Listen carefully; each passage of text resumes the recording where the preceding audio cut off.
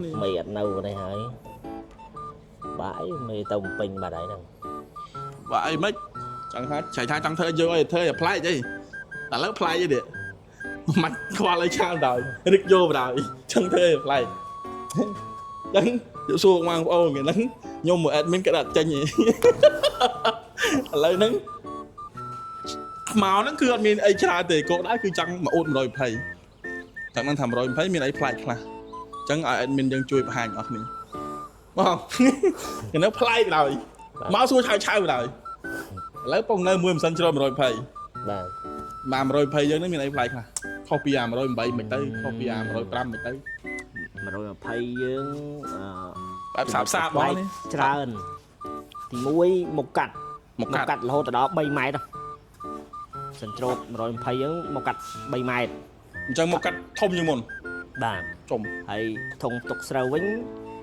cả thông đấy ban mà pon bùa rồi học sập gà lù trộm chẳng như mà tàu nó chìm hai mùi tiết ở đây đây bị xe nó cứ pon bọt bài chẳng vẽ pon một pon bọt bài nhưng mình là pon sầmรับbọt bay chấm nói chẳng ắt ba trăm mà nhưng bọt đôi lúc muốn xử muốn cứ bọt si spe thông hái thưa ở đây xài nó khôiแต่แล้วយើងបត់3ចំណុចហ្នឹងគឺងាយស្រួលបត់ហើយមួយទៀតយើងមានប្រព័ន្ធគេហៅថាទប់លំនឹងណាអញ្ចឹងឧទាហរណ៍ថាបើយើងប្រើការទៅលើដីលក្ខណៈថាអត់ស្មើខ្ពស់ទាបអញ្ចឹងមានប្រព័ន្ធទប់ក្បាលច្រូតកុំឲ្យផ្អៀងចាបាទ ឥឡូវចំណុចផ្សេងយើងដឹងលក្ខខណ្ឌផ្សេងយើងដឹងតែឥឡូវយើងលាក់ទុកសិនវាមានចំណុចផ្សេងទៀតសូមដឹងរឿងតម្លៃម្ដងចង់ដឹងថាឥឡូវហ្នឹងយើងអាចទិញបែបណាខ្លះព្រោះថាលុយសុទ្ធរៀងស្ទើបើសិនជាបងចង់ទិញលក្ខណៈថាយើងមានលុយស្ទើអញ្ចឹងយើងអាចរំលោះបានអញ្ចឹងសម្រាប់ម៉ាស៊ីនច្រូតនេះមានត្រឹមតែ